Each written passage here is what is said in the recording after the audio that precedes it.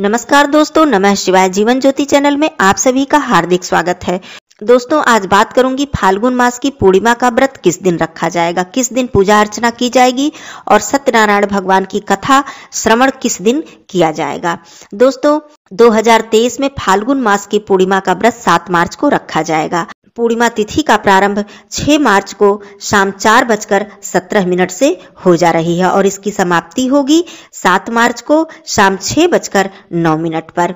इस प्रकार 7 मार्च को ही पूर्णिमा का व्रत रखा जाएगा। इसी दिन स्नान दान और सत्यनारायण भगवान की कथा का श्रवण भी किया जाएगा। दोस्तों, वर्ष भर में 12 पूर्णिमा व्रत पड़ते हैं जो कि प्रत्येक माह का अंतिम दिन होता है। फाल्गुन मास की पूर्णिमा विशेष महत्व रखती है क्योंकि इसी दिन होलिका दहन भी किया जाता है। जैसा कि आप सभी लोग जानते हैं कि होलिका दहन क्यों किया जाता है।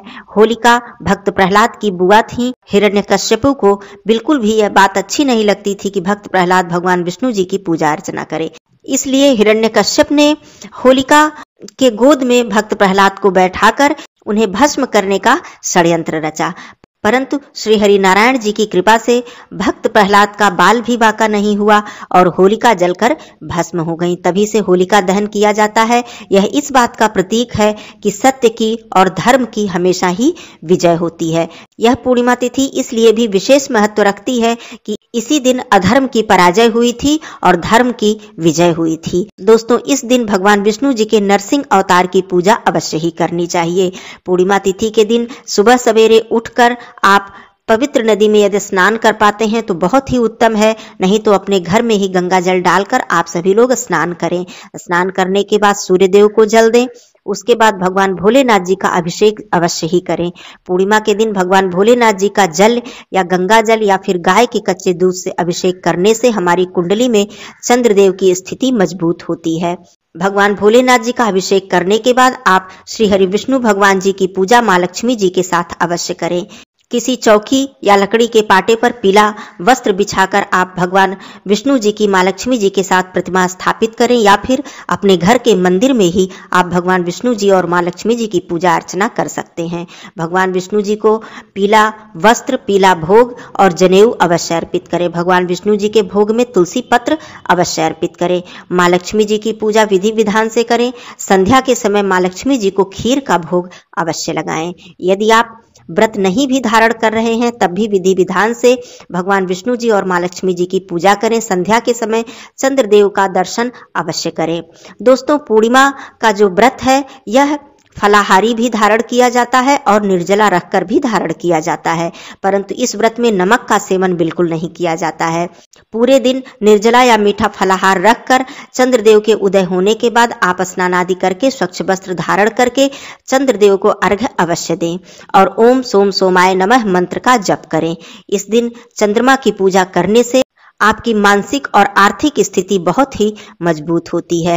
इस दिन संध्या के समय माँ लक्ष्मी जी का पूजन विशेष महत्व रखता है। आप चाहें तो माँ लक्ष्मी जी के समक्ष पूरी रात्रि अर्थात अखंड दीप प्रज्वलित कर सकते हैं।